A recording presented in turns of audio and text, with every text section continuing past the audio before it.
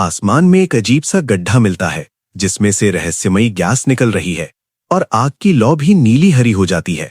Don और Willoughby गहराई check करने के लिए उसमें एक लकड़ी फेंकते हैं, पर अंदर के डरावने जीवों को देखकर उनके होश उड़ जाते हैं। आसपास के लोग इस तबाही से बुरी तरह फंस जाते हैं और बचने वाले गिने चुने ही रह जाते हैं। ये सब शुरू होता है डॉन के ट्रांसफर से, जब वो देश के सबसे बड़े और वीआईपी स्कूल स्लॉटर हाउस पहुंचता है। डॉन के घर वालों के लिए ये जगह कामयाबी का रास्ता है और शुरू में उसे भी ऐसा ही लगने लगता है, पर जब वो विलोबी से मिलता है तो उसे समझ आता है कि ये स्कूल असल में इंसानों द्वारा बनाया गया एक नरक है। ओपनिंग सेरेमनी में डॉन की नजर सीनियर स्टूडेंट क्लियो पर पड़ती है और वो उसकी तरफ अट्रैक्ट होने लगता है। तभी कैसियस उसे वार्निंग देता है, क्योंकि यहाँ जूनियर्स और सीनियर्स का बात करना तो दूर, देखना भी मना होता है।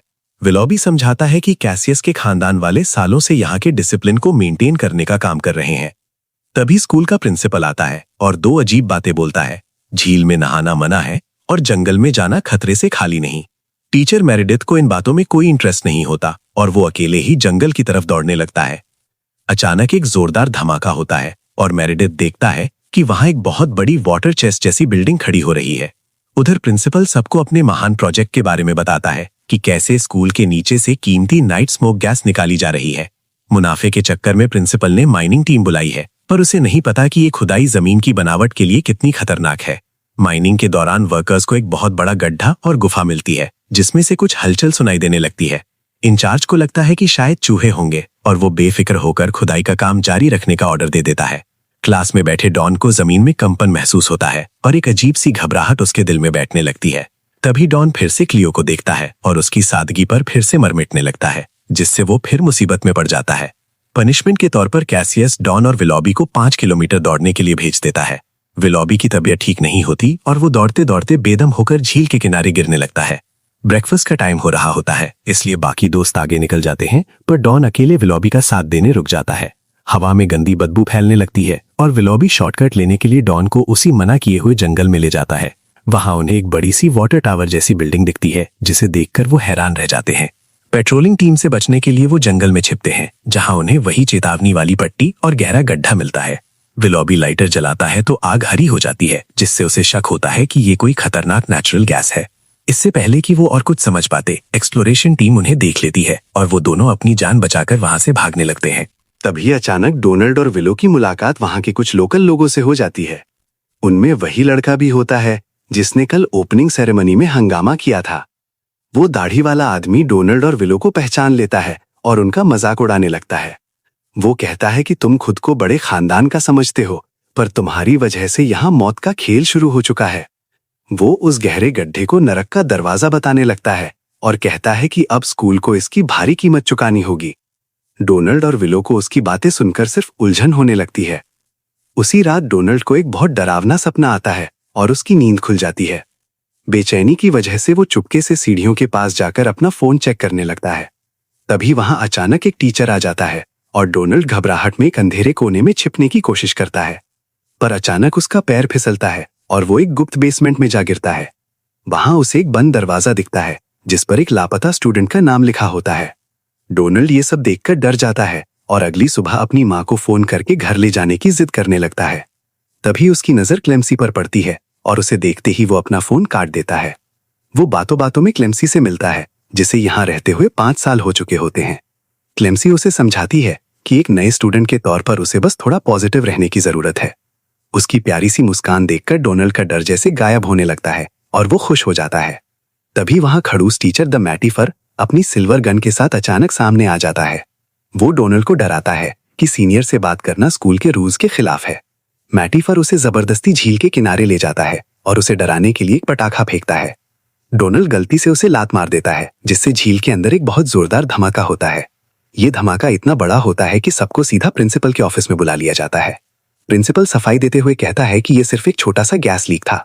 टीचर हैंक को अभी भी शक होता है कि ये सब पानी के दबाव की वजह से हो रहा है, लेकिन प्रिंसिपल उसकी बात को अनसुना कर देता है और सारा दोष पुरानी पाइपलाइन पर डाल देता है। सजा के तौर पर डोनाल्ड और बाकी लड़कों को इस वीकेंड घर जाने से मना कर दिया जाता है। डोनाल्ड बहुत उदास हो जाता है, खासकर जब वो क्लेम्सी को किसी और लड़के के साथ हंसते हुए देखता है। तभी अचानक पूरा स्कूल जोर जोर से थरथराने लगता है और पूरे इलाके की बिजली गुल हो जाती है। उधर माइनिंग वाली जगह पर मशीनें फिर से किसी हलचल को पकड़ने लगती हैं। तभी अचानक एक बहुत बड़ी ताकत उस लोहे की बाड़ को तोड़कर बाहर निकलने की कोशिश करती है। इससे पहले कि इंजीनियर कुछ समझ पाता, एक खूंखार मॉन्स्टर पागलों की तरह भीड़ पर हमला कर देता है। पास में कैंप लगाकर रह रहे लोकल लोग भी इस तबाही का शिकार होने लगते हैं। वो दाढ़ी वाला आदमी मदद के लिए चिल्लाता है, पर तभी आसमान से एक हेलीकॉप्टर आग के गोले की तरह नीचे गिरता है। डोनल्ड ये सब दूर से देख रहा होता है और उसे समझ आ जाता है कि उस गड्ढे के पास कुछ बहुत बुरा हुआ है। वो विलो को साथ लेता है और सच का पता लगाने के लिए हॉस्टल से बाहर निकल जाता है। रास्ते में उन्हें क्लेम्सी और उसकी दोस्त मिल जाती हैं, जिन्हें भी डर की वजह से नींद नहीं आ रही होती। जब वो चारों मिलकर लोकल लोगों के कैंप पहुंचते हैं तो वहां का मंजर देखकर उनके होश उड़ जाते हैं। पूरा कैंप तहस नहस हो चुका होता है और वहां एक भी इंसान जिंदा नहीं बचता। आगे बढ़ने पर उन्हें एक लावारिस कार मिलती है, जिसकी लाइटें जल रही होती हैं पर ड्राइवर गायब होता है। तभी क्लेम्सी को घास में कुछ अजीब सी चीज दिखती है, जो देखने में पहले मासूम लगती है, पर पल भर में ही वहां से एक नहीं बल्कि कई सारे मॉन्स्टर्स बाहर निकलने लगते हैं। चारों तरफ से चीखें सुनाई देने लगती हैं और उन्हें एहसास होता है कि यहाँ रुकना मौत को दावत देना है। वो फौरन स्कूल भागते हैं और प्रिंसिपल को इस खतरे के बारे में बताते हैं। लेडी कीचर जब उस मरे हुए मॉन्स्टर की जांच करती है तो वो समझ जाती है कि ये जमीन के नीचे रहने वाला कोई खतरनाक शिकारी है। अन्ना प्रिंसिपल को समझाती है कि पुलिस को बुलाना जरूरी है, पर प्रिंसिपल मामले को दबाने की कोशिश करता है। वो वादा करती है कि सोमवार को किलिंग टीम को बुला लेगी, जिसे सुनकर अन्ना पूरी तरह दंग रह जाती है। जब पुलिस की बात नहीं बनती तो अन्ना स्कूल से निकलने के लिए गाड़ी का इंतजार करने लगती है। तभी अचानक बाहर जानवरों के चिल्लाने की भयानक आवाजें गूंजने लगती हैं। डॉन को महसूस होता है कि लालटेन की रोशनी अजीब सी हरी हो गई है, पर उसे चेतावनी देने का मौका नहीं मिलता। खिड़की के पास खड़े एक टीचर पर अचानक मॉन्स्टर हमला कर देता है और सब अपनी जान बचाने के लिए भागते हैं। सब एक पुराने मकबरे के रास्ते अंदर जाते हैं, जहां पहली बार उन्हें मॉन्स्टर का असली और डरावना चेहरा दिखता है। उस अफरा तफरी में सिर्फ प्रिंसिपल का कुत्ता जिंदा बचता है और बाकी सब जान बचाकर बाहर भागते हैं। डर के मारे प्रिंसिपल अपनी कार स्टार्ट करता है और वहां से निकलने की कोशिश करने लगता है। अचानक उसे याद आता है कि उसका कुत्ता पीछे रह गया है। वो रुकता है, पर मौत उसका इंतजार कर रही होती है। डॉन और उसके दोस्त अभी सोच ही रहे होते हैं कि क्या करना है। तभी उन्हें प्रिंसिपल की लाश कार पर बिखरी हुई मिलती है। मॉन्स्टर अब उनके पीछे पड़ चुका होता है और डॉन अपनी जान दांव पर लगाकर कार की रफ्तार बढ़ा देता है। गाड़ी एक घेरे में घूमती रहती है, पर मुसीबत कम नहीं होती। तब अन्ना खुद हिम्मत दिखाकर ड्राइविंग सीट संभाल लेती है। वो पूरी ताकत से कार मॉन्स्टर से टकरा देती है, जिससे मॉन्स्टर के चिथड़े उड़ जाते हैं। डॉन सबको समझाता है कि अभी जश्न मनाने का वक्त नहीं है, क्योंकि किसी को नहीं पता कि बाहर और कितने मॉन्स्टर्स हैं। स्कूल से बाहर निकलते ही अन्ना अचानक ब्रेक मार देती है, क्योंकि उसे अपने भाई की फिक्र होने लगती है। डॉन को वो पल याद आता है जब उसे गलतफहमी हुई थी, पर अब उसके दिल में सिर्फ अपने दोस्त को बचाने का जुनून होता है।